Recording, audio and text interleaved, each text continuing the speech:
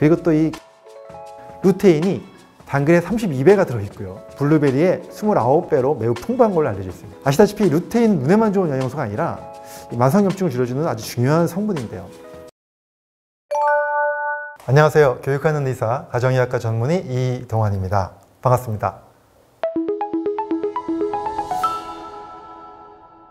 만성염증 왜 위험한 걸까요? 이거에 대해 설명드리기 전에 벌써 20년 전에 2004년 2월 달 타임지에 이런 제목의 기사가 실렸습니다. The Secret Killer. 바로 무슨 뜻이냐? 숨겨져 있는 비밀이죠. Secret Killer. 숨겨져 있는 살인자가 우리 몸속에 있다는 거예요. 근데 그 기사가 내용이 뭐였냐면 염증이라고 딱 했어요. 염증. 근데 여기서 말하는 염증은 우리가 아는 염증이랑 다릅니다. 우리가 얘기하는 일반적인 염증을 딱 떠올리면 어떤 게 떠오르세요? 한번 여쭤볼게요. 자, 편도선에 염증이 생겨본 적 있으시죠? 그죠, 편도선염. 그러면 어때요? 아프고 쓰라려. 피부에 염증 생기면 피부가 빨갛게 붓고 딱지 생기고 맹장에 염증 생기면 수술해야 되고 이런 게 일반적으로 염증이잖아요. 근데 여기서 말하는 염증은 이런 염증이 아니라 아주 작은 염증을 얘기하는 거예요. 그래서 여기서 뭐라고 얘기했냐면 만성염증이라는 말은 그때 나오지 않았고 미세염증이라는 말을 시작하기 시작했어요. 미세염증이요? 네. 영어로는 이제 마이크로 인플라메이션 이런 말을 쓰기 시작했습니다. 근데 이게 그 당시에 왜 그게 중요시 여겨지게 됐냐면 연구들을 쭉 해보니까 미세염증은 질병으로 취급하지 않거든요. 왜냐하면 아프지도 않아. 전혀 뭐 빨개지지도 않아요. 열도 안 나요. 근데 아마 지금 이 안에 계신 모든 분들 중에서 미세염증 수치가 높은 분이 있고 낮은 분이 있을 거예요, 분명히. 근데 겉으로 보기엔 증상이 없기 때문에 구분이 안 돼요. 근데 이 상태로 5년, 10년, 20년 지나다 보니까 미세염증이 높은 상태로 유지됐던 사람하고 미세염증이 낮은 상태로 유지됐던 사람이 완전히 달라진다는 거예요. 미세염증이 높은 상태로 유지된 사람들이 어떤 병에 많이 걸리나 봤더니 암, 그 다음에 뭐 치매, 그 다음에 정말 무서운 거예요. 혈관질환, 뭐 이런 뇌졸중뿐만이 아니라 심근경색증, 이러한 모든 병들이 더 잘 생긴다는 걸 알게 됩니다. 뿐만이 아니라 노화가 되면 생기는 모든 질병들, 그리고 결국은 노화도 빨리 올 수 있는 것이 아닌가라고 보는 거죠. 그래서 이제 그때 미세염증 이야기를 처음 하기 시작했고요. 그런데 이것이 이제 시간이 지나면서 벌써 20년이 흘렀잖아요. 그 사이에 이거를 우리가 만성적인 염증으로 보기 시작해서 만성염증이라는 말을 또 쓰기 시작했습니다. 그래서 미세염증과 만성염증은 비슷하게 보시면 되고요. 한마디로 급성염증이 아닌, 증상이 없지만 몸에서 나도 모르게 조금씩 일어나고 있는 염증들이 계속 있다는 거죠. 이것을 우리가 평상시에 낮춰놓고 사는 것이 굉장히 중요하다. 이것이 모든 병의 원인이 된다는 겁니다. 만성염증이 있다는 것을 어떻게 알 수 있을까요? 사실은 이게 만성염증이 질병으로 취급을 안 해요. 그렇죠? 아직은 뭐 이게 병으로 나타나기 전 단계잖아요. 근데 이것이 오래 있으면 다른 병이 생기는 거잖아요. 그래서 이게 질병이 아니라 그 사람이 가지고 있는 생활 습관이라든가 사소한 증상들을 보면서 우리가 유추할 수가 있습니다. 그래서 제가 지금부터 만성염증 증상 체크리스트 10가지를 좀 알려드리겠습니다.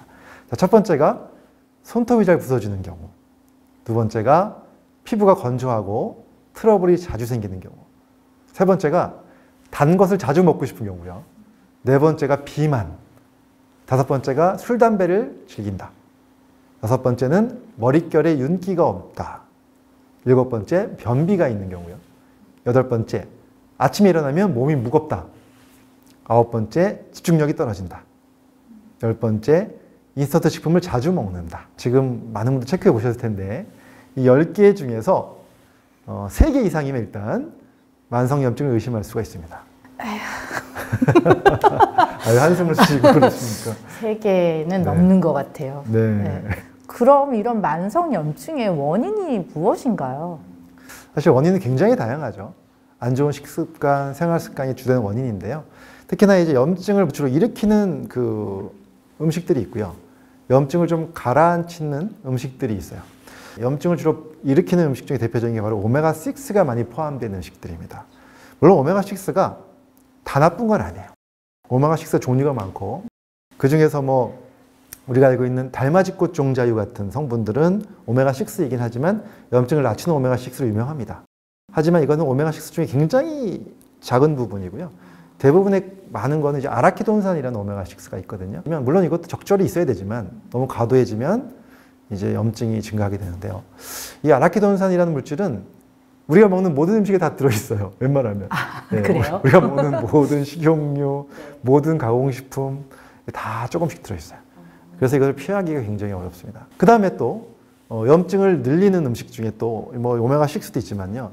정제된 탄수화물도 또 역시 제가 이제 비만 얘기할 때도 정제된 탄수화물 먹으면 안 된다. 간에도 안 좋다 말씀을 드렸지만 역시 염증에도 좋지 않습니다. 그래서 액상과당 당연히 염증이 좋지 않고요.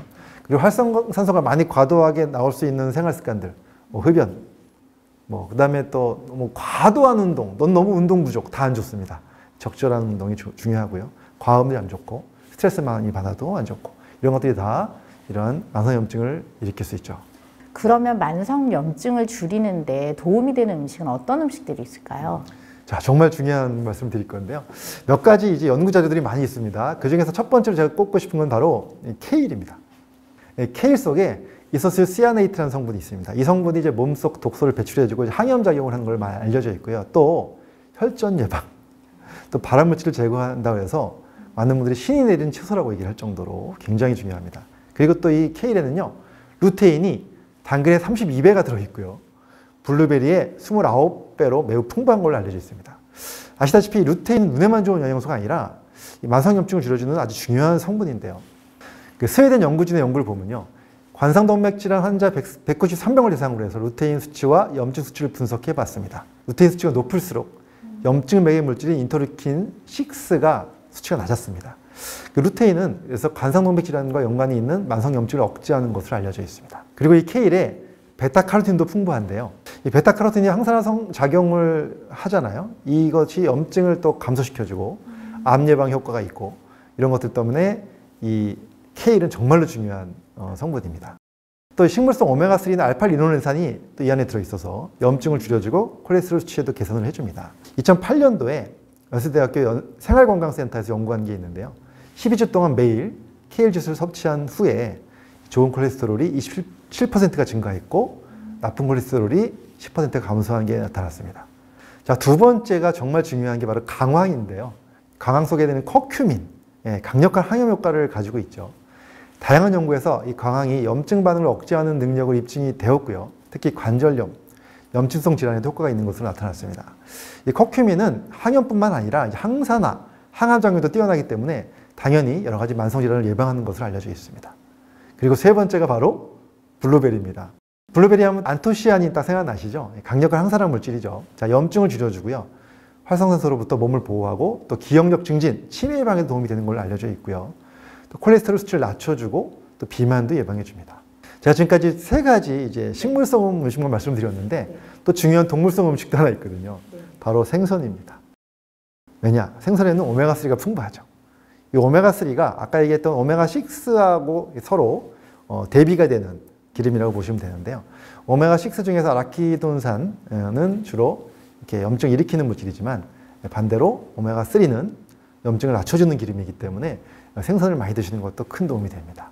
그럼 독소를 해독하고 그다음에 만성염증을 줄이는 말씀 주셨던 것처럼 케일, 강황, 블루베리, 생선이 있는데 이게 어떻게 먹는 게 좋게 섭취하는 방법일까요? 생선이야 뭐 생으로 드셔도 좋고 구워 드셔도 좋은데요. 이러한 뭐 케일도 있고 강황도 있고 이런 것들은 사실은 그냥 먹기 좀 어렵잖아요. 그래서 이때 중요한 것이 바로 해독 주스를 만들어서 먹는 거 너무 중요합니다. 그러면 해독 주스는 네. 어떻게 만드는 걸까요? 너무 해독 주스에 대해서 너무 다양한 설들이 있다 보니까 제가 주로 만드는 해독 주스가 하나 있는데요. 그 우유에다가 케일을 좀 넣고요.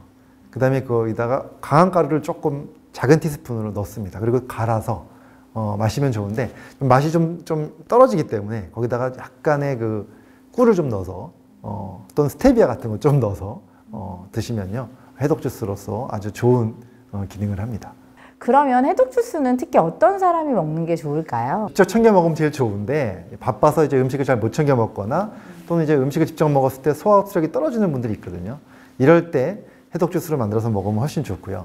이렇게 되면 더 흡수도 잘 되고 또 그 자체의 영양소를 그대로 갈아서 먹는 거기 때문에 이거 흡수력도 좋고 그대로 효과를 보일 수가 있습니다. 아, 이게 언제 먹으면 좋아? 이런 것도 너무 궁금해 하잖아요. 그러면 해독 주스는 언제 먹는 게 가장 좋나요? 가장 효과적인 거는 공복 상태에 먹는 게 제일 좋거든요. 특히 아침 식전에 마시면은요, 장에서 영양소가 좀 빠르게 흡수가 되고 해독작용이 활발해집니다. 근데 이제 문제는 공복에 마시면 또 속이 불편하다는 분들도 있어요. 사람마다 다르거든요. 그래서 그런 경우에는 너무 부담스럽다면 식사 후에 뭐 한두 시간 정도 뒤에 드시는 것도 괜찮고요. 식사 후에 체내 흡수율이 높아지는 것도 있기 때문에 또 소화를 돕는 역할도 있기 때문에 그때 드셔도 괜찮습니다. 그러면 염증을 줄이기 위해서 피해야 할 음식들도 있을 것 같은데 어떤 음식들을 좀 피해야 할까요? 튀긴 음식 피하셔야 됩니다. 왜냐하면 트랜스 지방이 많아요. 포화 지방도 많고 트랜스 지방이 많아지면 염증이 유발되고요. 또 세포막도 손상되고 또 여러 가지 그 염증 반응을 촉진하는 주요 원인 중에 하나가 바로 트랜스 지방으로 알려져 있죠. 그래서 튀긴 음식은 정말 줄이시면 좋겠고요. 그 다음에 또 액상과당, 뭐 탄산음료, 가공식품 뭐 여러 가지 많이 들어있죠. 또 이제 카페 가면은 이렇게 펌핑하는 시럽, 액상과당이거든요. 가능하면 좀 적게 드시는 게 좋습니다. 많이 드시면 당연히 염증 수치가 올라가고요. 그리고 또 간의 지방 축적도 많이 되기 때문에 정말 좋지 않죠. 그 다음에 또 정제된 탄수화물도 역시 좋지 않습니다. 빵, 떡, 면 이런 것들도 혈당도 빨리 올리고 이런 것들이 역시 나중에 만성염증을 더 증가시켜주는 걸로 돼 있죠. 그 다음에 요즘에 가공식품 너무 많이 나오는데 가공식품 속에 들어있는 인공첨가물들, 뭐 방부제, 트랜스지방이 많이 들어있잖아요. 이런 것들도 역시 좋지 않습니다. 이런 것들도 피하시는 게 좋고요. 그러면 생활 습관도 분명히 영향을 많이 받을 것 같은데 안 좋은 또 피해야 하는 생활 습관들이 어떤 게 있을까요? 네, 역시 운동 부족은 정말 안 좋습니다. 운동을 꾸준히 하면 너무 많이 해도 좋지 않지만 적절하게 꾸준히 하는 것은 항염작용을 촉진하는 중요한 요소가 됩니다. 운동을 하지 않으면 대사 기능이 떨어지면서 체내 염증 수치가 증가할 수 있고요. 그래서 규칙적으로 운동을 꾸준히 하는 것이 염증을 줄여주고 또 체내 활성산소를 제거하는 데도 도움이 됩니다. 그 다음에 또 하나가 잠을 잘 자는 게 굉장히 중요해요. 많은 분들이 이제 통계를 보면요, 10명 중 6명의 수면 장애가 있다는 얘기도 있어요. 수면 부족은요, 스트레스 호르몬인 코티졸 수치가 증가하고요. 그러면서 면역 시스템을 약화시켜서 염증을 유발시킬 수 있고요. 또 만성 수면 부족 자체가 만성 염증의 중요한 원인이 될 수 있습니다. 그래서 우리가 잠을 잘 자는 게 굉장히 중요하다, 이 말씀을 드립니다. 사실 만성염증이라고 아까 뭐 질병이 아니라 말씀 주시긴 하셨는데 건강검진 같은 데 가서 받으면 이 항목이 있지 않아요.